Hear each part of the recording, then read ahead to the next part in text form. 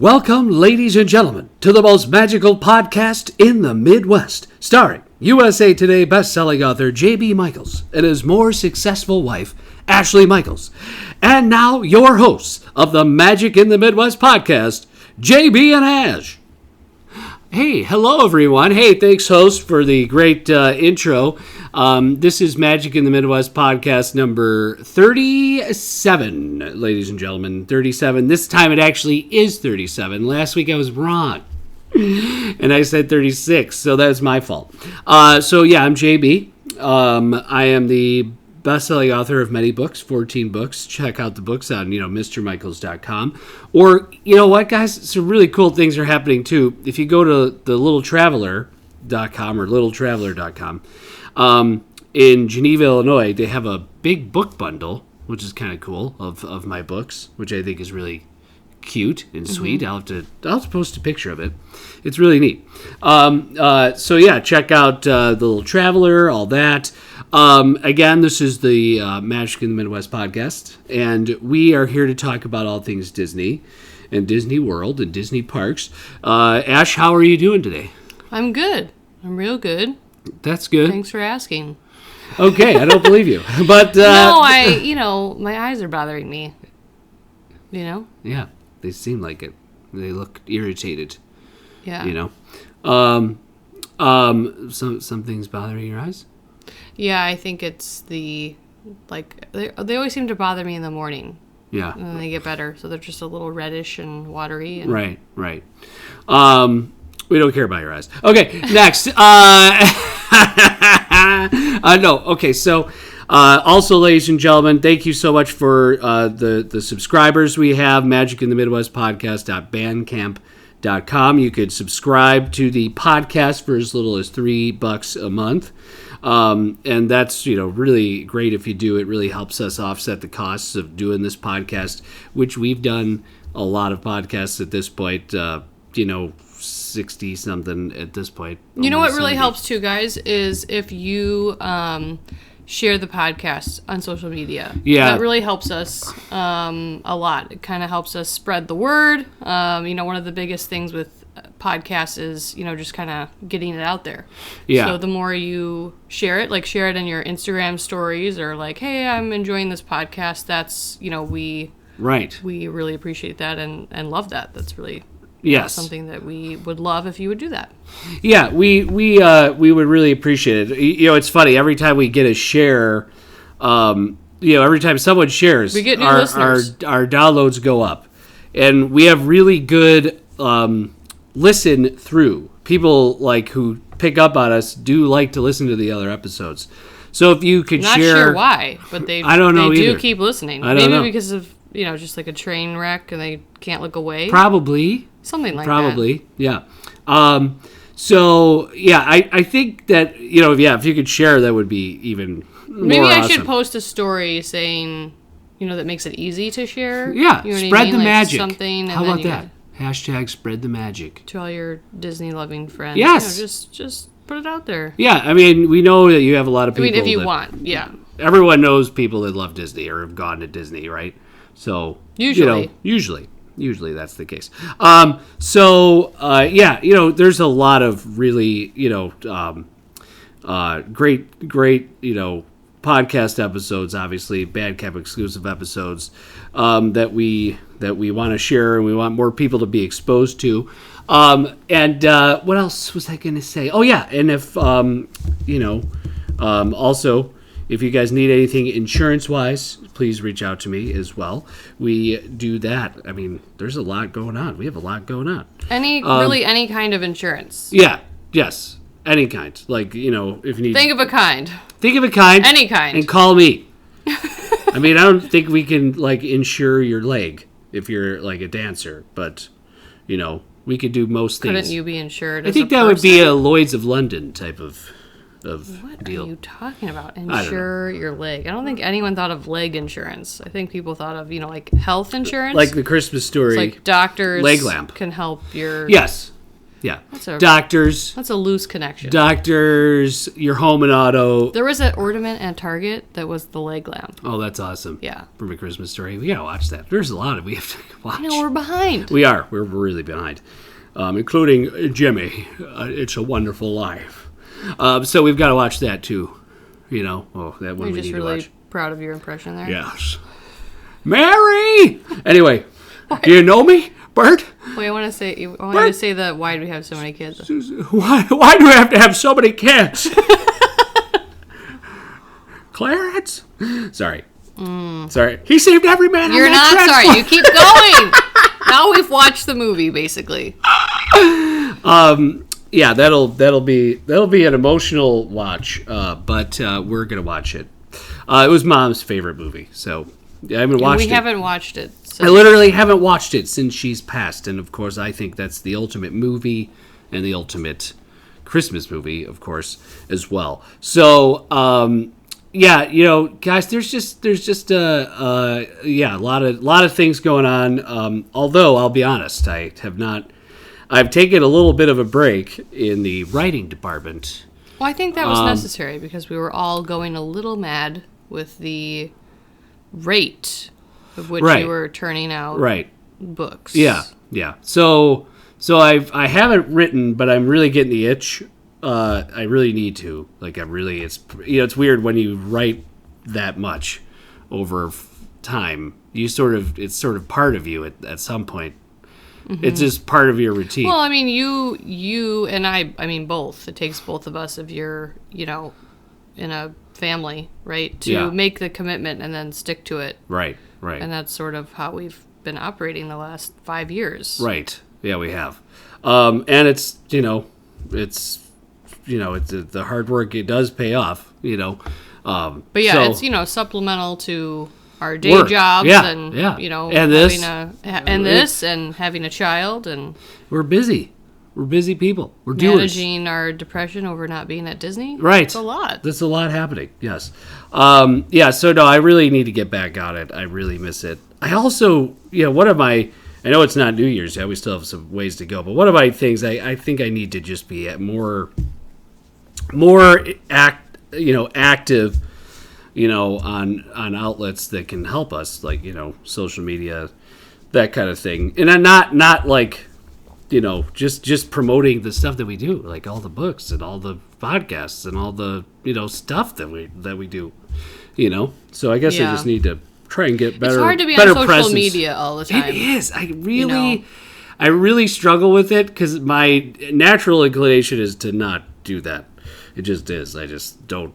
I'd rather be doing something else. You can really quickly go down what JB and I call the rabbit hole of just scrolling, and the more you do that, the more negative I think things get. Yeah, it's tough. It's tough. You have to have boundaries, and it's hard to be consistent and not let it get out of hand. Maybe we should just invest in one of those scheduling apps, you know what I mean, and just stick with it. And just then you don't really have to be on it. You can just schedule you and then you check it every once in a while. You can check it, yeah. Right. So we're gonna try to be pushing things in different ways, but yeah. Speaking of some news, just before we get to our mainline podcast, today's podcast topic, by the way, is going to be Animal Kingdom. It's going to be Disney related. Yeah. Animal Kingdom theme park overview, which will be great. And what's really neat about Animal Kingdom, it's the park that I remember going to Studios when it first opened, but this isn't more fresh in my memory because I was like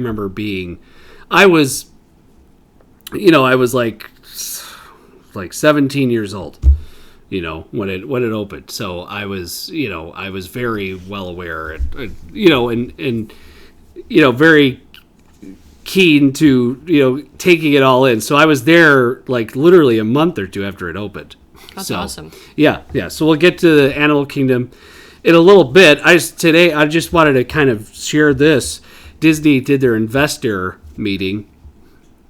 They had this investor day, and Disney has an insane amount of announcements that they made to the investors because they're obviously a little worried because of how things have gone, and so I think they came out swinging. Yeah. Disney Plus, you guys. I think Disney Plus has a shot at being the major Netflix rival. I think it already is in some ways. Meaning, do they have like ideas for like exclusive Disney Plus? There is like 10 new Star Wars projects being developed for Disney Plus. Wow. There is a bunch of some more details on the Marvel stuff being planned for Disney Plus. There are remakes of, fun movies that we had when we were kids, like 3 Men and a Baby and all these other things. And I mean, they're really, like, they just announced just an insane amount of content. An insane amount of content to bring to Disney Plus that will only be available on Disney Plus. So Disney really kind of came out with, really on fire with all these announcements to try and get people amped up. And obviously the brand, it has taken a hit. One of its big major divisions, right, had to close for many, many months. And they've had to lay off tens of thousands of people that worked at the parks, So in order to get those people rehired, and back into the fold, obviously we need things to happen, but also, strengthen I think Disney Plus is basically keeping them alive. It's got 86 million subscribers at this point. Wow. Yeah. Which is just crazy. Yeah. 86 million. Yeah. Yeah. And that's just people paying Disney a fee every month. Yeah, that's just like massive. You know what I mean? It's just in a way. Yeah, here you go. Here you go. In a way, it's obviously not completely. You have to have content. Yeah. Crazy. They announced some new movies like Rogue Squadron and of course Indy 5, which I'm super pumped about. They made the official announcement that Indy 5 is in pre-production, which I think that means that the script is pretty much done and they're just getting ready to shoot, which I'm super excited about. And Indy's my favorite, obviously.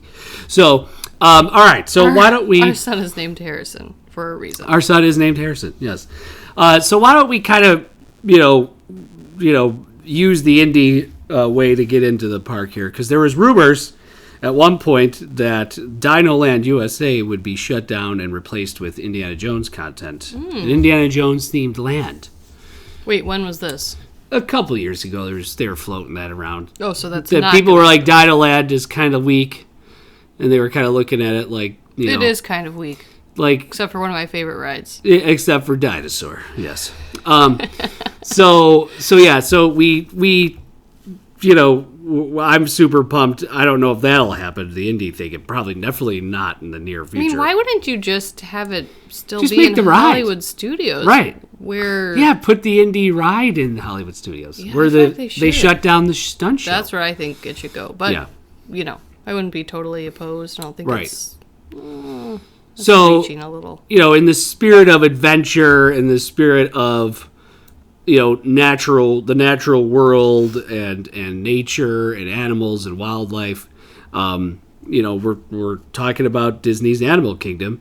And, Disney's, like, here, Walt was, let's put it this way. Walt was a kind of a person that was interested in everything.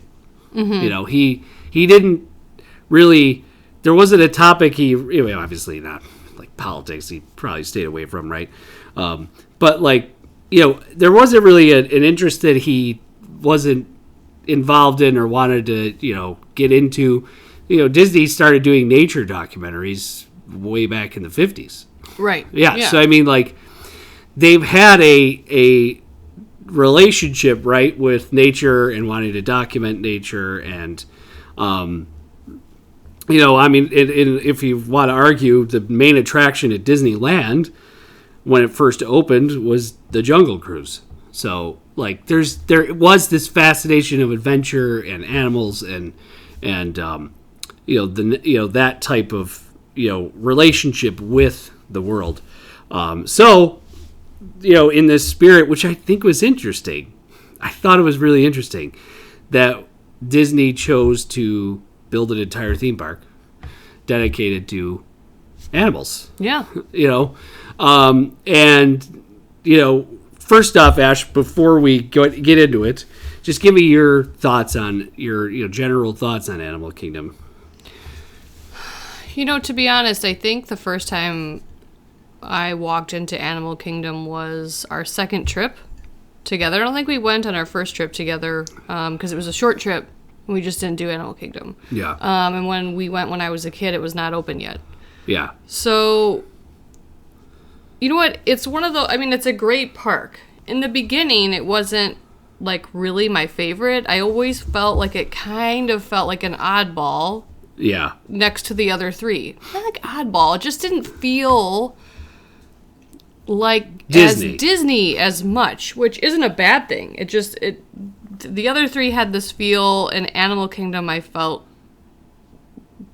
just didn't have that. Right. And in a way, it's one of the parks that has really grown on me over time. Like, I really enjoy Animal Kingdom a lot. And I don't know if it's just about getting older or just, there have obviously been things that have been added to Animal Kingdom, like Pandora is amazing. Yeah. Has 2 really great attractions. Amazing. Literally amazing. A really great quick service place, food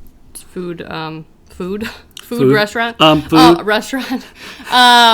Dining location. Yeah. But it's not a place I was super excited to walk into before. Yeah.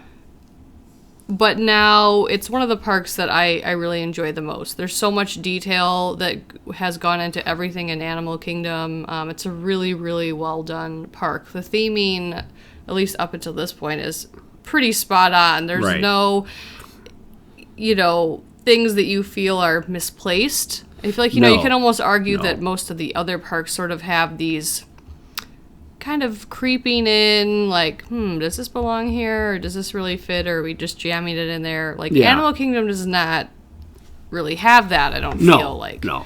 And it's become a park that I really enjoy, so. Yeah. You know what? I think it's funny. I feel like a lot of people would feel the same as you.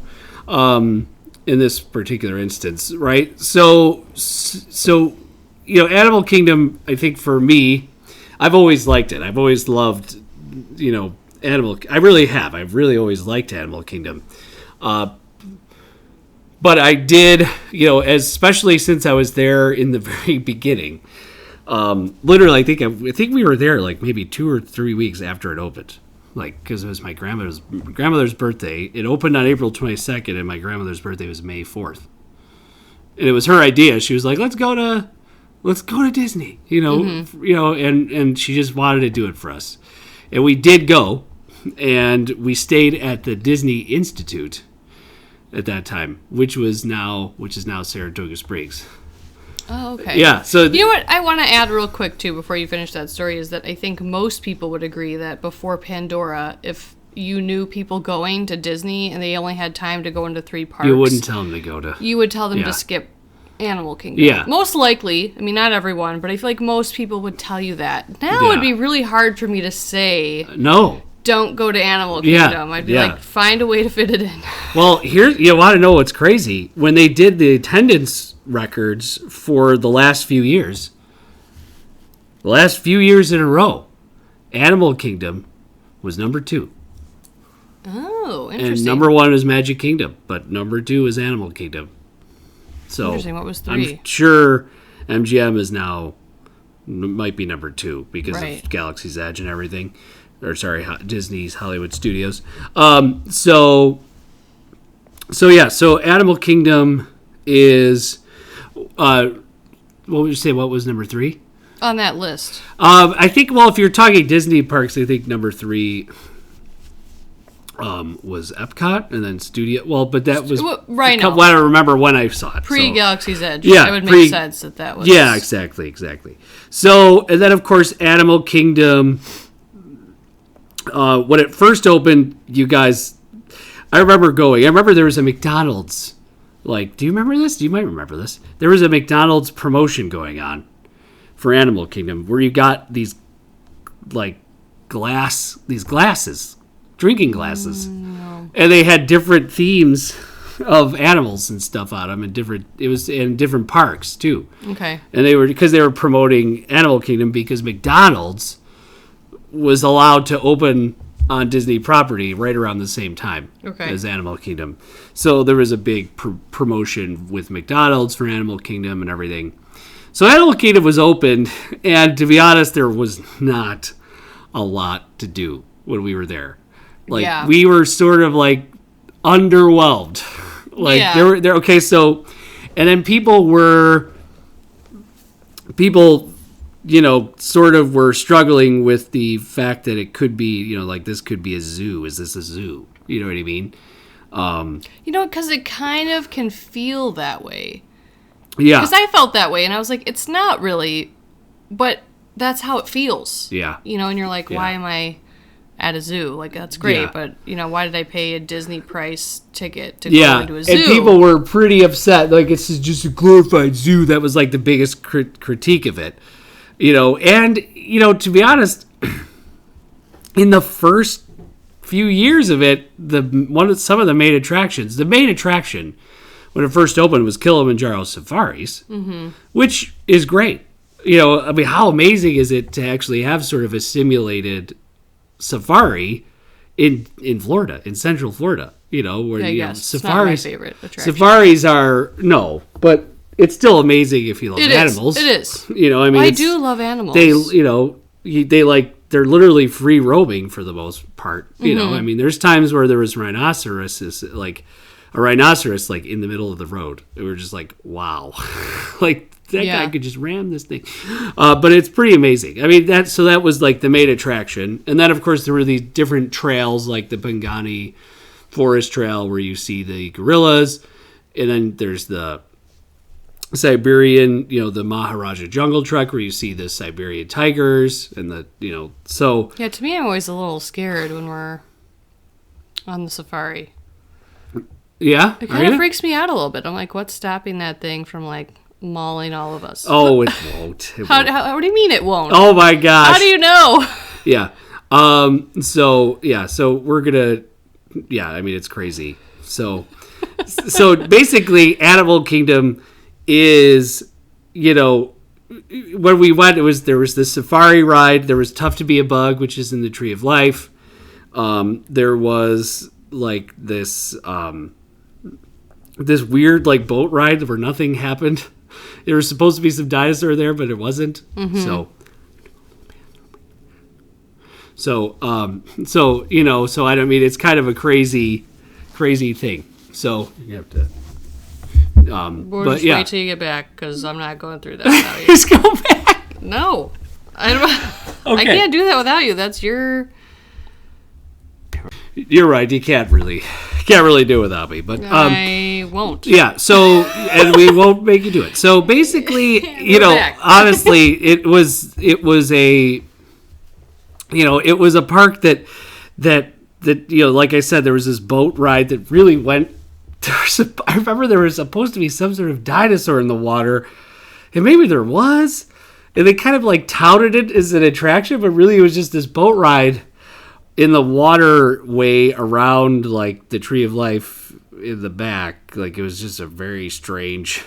Wasn't very exciting. No, it wasn't very exciting. So it was like, okay, and then the best ride, and still one of the best rides there, was an opening attraction.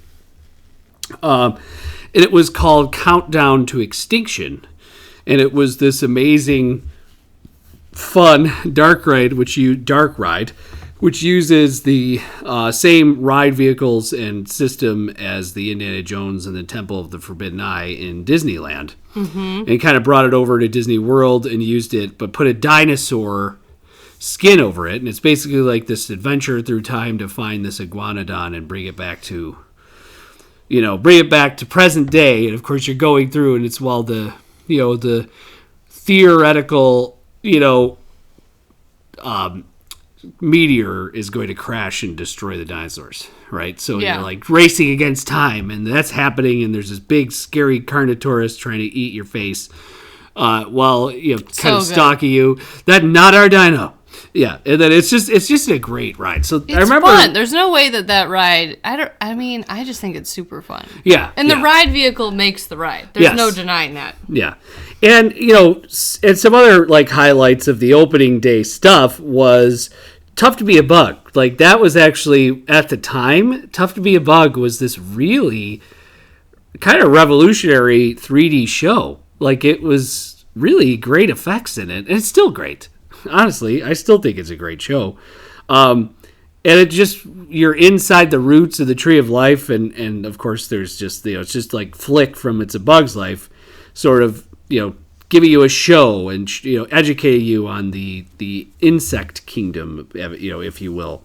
So just a lot of, fun. Those were the best, those were the highlights. Obviously the safari was really cool, Dinosaur and Bug's Life. And I mean, that was really it. That was really the major things. Was it any less expensive to walk in there? No, of course not. So, of course not. like it was, that was really it. And there was like this Jungle Book show, maybe where the Finding Nemo show is now. Festival of the Lion King was another big thing that opened with the park. And that was cool. Like that's a really good show. Yes. Yeah. They actually, I think they, for years they kind of wanted to shut it down, but it's not going away. People still love it. It's a great show. It's an acrobatic show in the round. So so like the performers are in the middle and everyone's around them. Okay. It's a great show. So that was one of the biggest things as well. But other than that, so you could get done with Animal Kingdom when it first opened very quickly. Yeah, even when we went, in 2014 or whatever. Right. I think we mostly used it as a half day. And that's what a lot of people did, right? And to be fair, Animal Kingdom for the first, I would say for the first 18 years, Animal Kingdom closed at 5:00. Yeah, it did. It did not stay open late. It's only very recently, right? Yes, it was years. Like I'd say 2015, 2016 maybe, they decided to keep it open at night. Because they were like, the animals, like, it's just, we can't, I don't feel like they still haven't mastered the evening, nighttime show. No, yet. And the reason for that is, people are used to nighttime shows at Disney having fireworks. Well, they can't do that in Animal Kingdom. Right. Because of all the animals. It scares the bejesus out of them every night. And that's terrible. That would be cruel. It would be. So they don't do that. So they tried this, the Rivers of Light, and people just kind of like, Yeah. which is like sad. The Tree of Life thing, whatever that's called. The Awakenings. The Tree of Life Awakening. Cool. That's really neat. But it's not, probably not, on par excitement-wise, like, Happily Ever After. Yeah. All right, so why don't we just do like a quick overview of what you can see if you go into the park now. So Animal Kingdom itself, it's weird. It's the largest footprint by far of any Disney park. It's huge. Is it by far? By far. I think it's bigger, way bigger than Epcot, I think, and it's huge. Epcot's big. So it's a very large theme park. You even feel its largeness sort of when you get off the bus. Yeah, and you gotta walk. You gotta walk like you do. Like a couple blocks just to get to the entrance. Yeah. You're technically there, and but it just feels like, and it's the furthest park away from everything else. So if you're staying on property and you're staying at Magic Kingdom, it's about 20 minute drive. Yeah, it's pretty far away. It's a long drive. Most of everything else on property. Yeah, so if you're the type of people that don't like people, that's why I think a lot of people like to stay at Animal Kingdom Lodge and that area, because it's pretty chill over there. See, the one thing that keeps me from wanting to stay there is just the proximity to every other park then. Mm-hmm. Then you're creating not just this long ride to Animal Kingdom. In exchange, you have a long ride everywhere else. Yeah. And, some people don't care about that at all.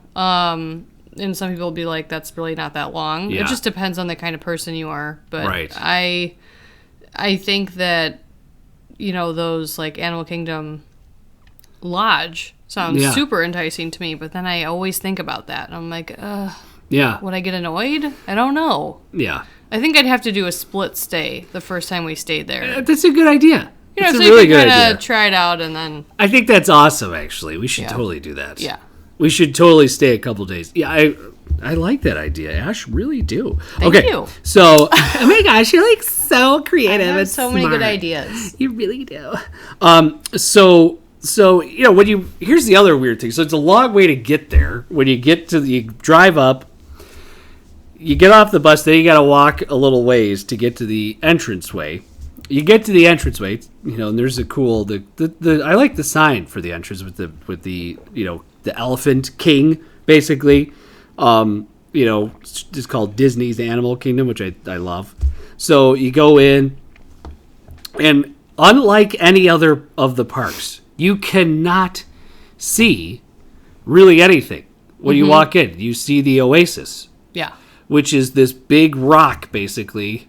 Huge rock, in the middle, and you've got to go either to the right or the left of it and go on this like little trail to get into Animal Kingdom, which I think Joe Rohde. By the way, this is Joe Rohde's park.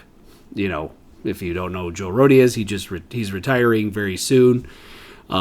He's the guy, the lead Imagineer on Animal Kingdom and most of its attractions, and it shows. It's amazing. I mean, it's authentic. Wow, it's great. So, I guess that Oasis area is supposed to sort of gradually kind of you're out of this Central Park civilized cars, parking lots, you know what I mean, fumes from the gas, whatever. You're walking into this nature preserve, basically. You're walking into nature. And there's birds in the Oasis, and they're chirping, and there's like, pretty things around all of it. There's waterfalls. Especially if I'm there. Pretty things. Yes, of course. I look lovely in the Florida heat. You do, actually. How do I look here? Not as good. Okay. So agreed. So I'm happier there. I smile more. I shower more. I'm nicer to people. Yes. Disney yes. Ash. Disney Ash. She's different.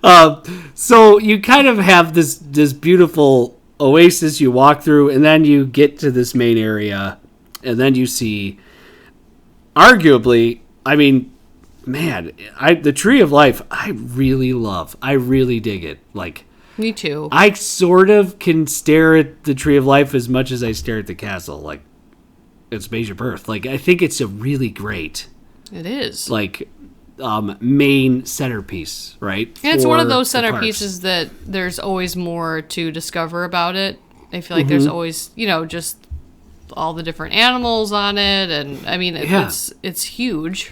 It's huge. It's a beautiful work of art. I mean, it is. It's that's the best way to put it. It is. It's a standing, just amazing work of art. It's a sculpture, basically, that's ginormous. It's huge. And there's over 200 animals, I think, carved into it. So it's incredible.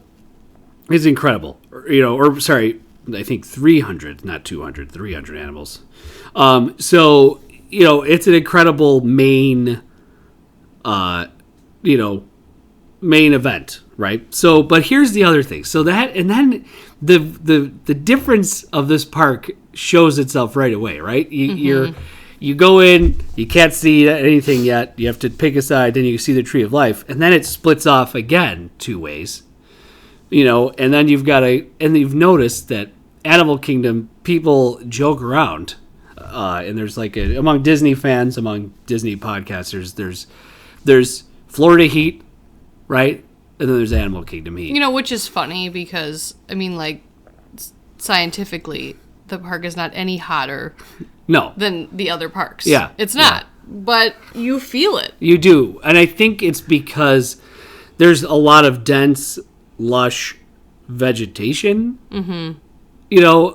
And the walkways are small. Are narrower in Animal Kingdom than they are anywhere else. In Epcot for sure. Epcot is like the antithesis, right? It's these big open walkways. Yeah. You know what I mean? It's wide. You just think wide. Animal Kingdom is not. Animal Kingdom is huge, and it's a spoke basically too. It's like, you know, similar to Magic Kingdom, but it's much more. You know expansive. what it is? This is the one park where I still struggle to know where I'm at. You know, exactly. Like if you told me, okay, we're here, or, you know, obviously I would know where we are. Right. And say, like, okay, now we need to go here. I would be very confused as to which way to go. Yeah. It's the one park where I really don't have a grasp on where I am in space, which is usually not me. I feel like I normally know that type of stuff, especially, you know, being with JB on the Disney cruise. It was very abundantly clear that he knows things because of repetition. No. And not because he can figure them out. He's can't. Not good with maps. Yes, I am. But you've been to the park so much that you really know your way around. I do. More than really anyone else, you know, that I've been with. Right. You know, and you know the quickest way if I need to go to the bathroom, like, oh, there's a bathroom over here, but there's a bathroom over here that people don't really know about either. Right. Like, you'll know stuff like that. Yeah. But yeah, Animal Kingdom is the most confusing for me. Like, the way things connect, I'm like, that doesn't really make sense in the space I have mapped out in my head. Just maybe because it's so sprawling. I don't know. It is. It's sprawling, and it's sprawling, and there's not a lot of like clear delineation like there is in Magic Kingdom. Magic Kingdom, you know you're in Tomorrowland. You know what I mean? Well, that Magic Kingdom, also, you know you're in Adventureland. You're close enough to things where you can, if you aren't sure in Magic Kingdom, you can kind of keep walking, and then you're like, oh yes, or oh no, we need to turn back the other way. Like you can kind of see things ahead and be like, oh yeah, look, there's you know, Big Thunder Mountain, we can see it. You know what I mean? Whereas in Animal Kingdom, it's just, I feel like I have no idea where we are. Yeah, it is. It's a weird. It's a weird thing, right? It's a very strange. Like it does sort of. You have to get used to it, right? Because you're on these big spokes, and then you are really like in a different spoke. You know, it's kind of a crazy thing. You know, so then you're in the Oasis. Then there's, you know, technically the area right around the Tree of Life is Discovery Island. And, you know, in Discovery Island, technically you've got the Tree of Life, and it's tough to be a bug. And there's like the Hakuna Matata time dance party. This is like, Discovery Island is kind of where they would have, like, there used to be a Mickey and Minnie's Jungle Safari, like, parade. You know, Jam and Jungle Parade or something. Okay. That was kind of their, you know, there used to be a Camp Mini Mickey in Animal Kingdom as well, and there's not anymore. You know, but so there's Discovery Island, and then let's just take it, you know, we'll just go around the park to the different lands. Of course, there's Pandora, the World of Avatar, which is the newest expansion to Animal Kingdom. It's like a 12-acre or 11-acre expansion to the park. This area, when Animal Kingdom first opened, was supposed to be something called Beastly Kingdom, which was a totally different, you know, like which was supposed to have like a dragon in it and unicorns and sort of like the mythical animals of you know, stories past, right? So that didn't happen. But then Disney partnered up with Jim Cameron and decided, hey, why don't we put, you know, Avatar in Animal Kingdom, because it would kind of fit perfectly, and it actually does. It does. The movie Avatar is about nature versus civilization, right? It's about, you know, and of course you've got the beautiful moon of Pandora, you know. So, you know, it's a you know, this, which is like this tree planet, this nature planet, and it's amazing. So, you know, what do you think of Pandora, Ash? I really like it. I for one, I mean, I'm glad it's there because I feel like it brought back people's interest in Animal Kingdom, and it kind of rounded out the park in the way that it needed to be. Yeah. Pandora is the home of one of my very favorite rides on Disney property. Yes. Arguably two really strong. Both attractions are really strong. Yes. Quick service, like I mentioned, is one of my favorites also.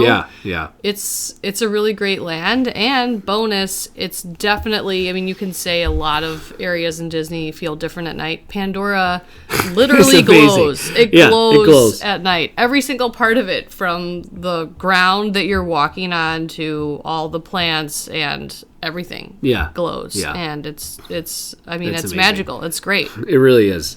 It's magical in Pandora. You know, you touch things, the plants react to you. There's, you know, constant sounds of the animals around you, and you got the floating mountains. The floating mountains. I mean, the floating mountains alone are incredible looking. Mm-hmm. Like, they just look awesome. Yeah. Disney just did such a great job with it. And you got the waterfalls. You know, it's a beautiful. Pandora itself is an attraction. Yes. Without even having the attractions. You could walk in there and not get on either two of those rides and enjoy yourself and take it all in and walk around, and just, there's all these little, what feels like to me like these nooks and crannies that you can walk behind certain areas and get a different view of something. And it's just, I remember taking pictures with my phone and looking at the pictures and thinking, these do not at all capture what I'm actually how it feeling. Feels in here and what I'm seeing. Yeah. It definitely, you know, A++ for Pandora. It's incredible. We'll go more in depth into, you know, the actual attractions and things later, but yeah, I mean, what the quick service place you're talking about, Satu'li Canteen, it's just a really neat way to present the food. Right? Yeah, it feels different. It feels otherworldly, but it's really neat. It's really a great addition to the park. And we haven't been to Galaxy's Edge yet, and you know, it'll be interesting to kind of go into their newest, you know, super detailed themed land. Mm-hmm. You know, so Pandora definitely worth going to Animal Kingdom by itself. Then you have Africa. Africa is you're in an African village called the Harambe village, and you're basically Africa feels really cool because like they often have like performers in the area right by the quick service there, and they just there's performances happening all around you, and then of course you go back and there's the Kilimanjaro safaris, Festival of Lion King, the Gorilla Falls Exploration Trail, which I love gorillas, they're my favorite. So when Harrison can, which I think he can do it now, but I want to walk with him and go see the gorillas because that'd be really cool. Yeah. And then of course they do. I forgot one of the main opening attractions was Rafiki's Planet Watch, which is like you get on this old steam train and you go to this totally other area of the park, and it's like a conservatory place where you have like you can pet animals and learn about conservation. And, oh, cool. Yeah. I feel like there is a lot of things like this about Animal Kingdom that people don't even know. Well, because, I mean, okay, so Rafiki's Planet Watch is not necessarily fun. You know what I mean? I guess it is for little kids who want to pet the animals or whatever. It's not necessarily like, basically it's a lot of your day. It's a pretty decent. I didn't know. Okay. It's a pretty decent, like, train ride. I mean, it's cool to be on the train. I don't know. Yeah, but if you're someone that frequents Disney, you want to do something different. Yeah, I mean, and you have, you're going to be there for 8 days, and you don't want to do like park stuff. Yeah, every single day. I think they do like a cool like drawing class over there, and it's neat. The safaris is a great attraction, and you even do it later. They do it later in the day too now. They didn't always do that. And then, of course, Asia, which I think Asia, without Pandora, Asia was my favorite area. What attractions are there? Asia, there's the Jungle Trek with the tigers. There's Kali River Rapids. Okay. Which I almost feel like Kali River Rapids is like a half a ride. Like, it's so short to me. Like, it's like... I don't love those types of water rides because I don't love the idea of like getting drenched. Yeah. And walking around the park. That's just me. Yeah. I don't need to go on rides like that. Yeah. Because then I feel like I'm sopping wet. Well, maybe me and Harrison will go on it. Humid. He might like to go situation. On it. Yeah. True. And then, so, yeah, we'll have to... But the line queue for Colorado River Rapids is just, like... Yeah, because we've been on it. Insanely detailed. Yeah. Like, it's so cool. Same thing with Expedition Everest, of course. I love that line queue. Amazing. Expedition Everest is, like, before Pandora, Everest was the main attraction, I think, of the park, right? It's just an incredible roller coaster. It's a heck of a roller coaster too. It kicks your butt, right? And then of course we've got Rivers of Light, which had not a big hit for Disney, which was the nighttime show in the area. It's very pretty in Asia too. You got Everest in the background, which is a full blown replica of Everest, and it's the tallest point in Disney. Oh, yeah. I feel like every time we talk about this, I always forget which one it is. Okay, so it's Everest. It's the tallest point. And then, of course, you head on over to Dino Land USA, which, now, just to give you a little bit of a hint as to why this is a part of the park that is losing its luster, they put what's called Donald's Dino Bash over there. Mm-hmm. And they basically just have characters over there all the time. So they're just trying to get people to go to Dino Land. Oh, yeah. It's kind of feels sleepy over there. It does. Even with Donald's Dino Bash and Donald and Chip and Dale, they're all in launch pad. Because Dinosaur, the attraction is... Great. It is. I think it's great. I think it's hit or miss with a lot of people because it is kind of more Jolts intense, you out. And I feel like it is a little scarier. Like some kids are more afraid. I know adults that are afraid of it. Close their eyes the whole time. Yeah. I have other thoughts about those adults. No, I'm just kidding. But it's a more intense attraction. It definitely is, and that ride vehicle is a lot. It is. So I feel like if that's the one big attraction over there, then you had there's like that Triceratops spin. And then the other thing that's over there, they shut down. Primeval Whirl. Yeah. Yeah. Which looks like you're just going to throw up at the end. It's like a roller coaster combined with a teacup. Like spinning. Yeah, you spin and you're on a roller coaster. Horrendous to me. Which I think there's a reason it's shut down now. Yeah. So, there's just really not... I think Dinosaur is one of those things people either love it or they don't. Yeah. There's not really a lot of in-between with Dinosaur. No, you're right. And then there's those two other rides. One of them got shut down. And it's just sort of like... There's like a carnival feeling area it's like an over amusement. There. And... it's just never busy. It's really never busy at all. It's it's neat. You know what, though? Is that where that playground is? Yes, the boneyard. That is cool, though. Yeah, the boneyard's over there, and Harrison likes to play around in the boneyard. It's cool. Great There's for little slides kids. And lots of things to climb on. And, when he's still little, but it's a great place for the kids to run around and do something like just free. Where they're running around. Yeah. It's good. I don't mean like free. I mean, it's free, obviously, but like they're just running free around. To run. Yeah. Yes. So, really, that was quick. The overview was quick. But that's all the lands of Animal Kingdom. We'll go way more in depth, obviously, over the next few podcasts of Animal Kingdom. But anything else to add here, Ash? No, I think we'll hit it when we dive in more and coming episodes. Yes. All right. So, ladies and gentlemen, thank you so much for listening to the Magic in the Midwest podcast. Again, please share us on social media if you feel like you have friends or family that might love the podcast. That always helps us out a lot. It really does. So,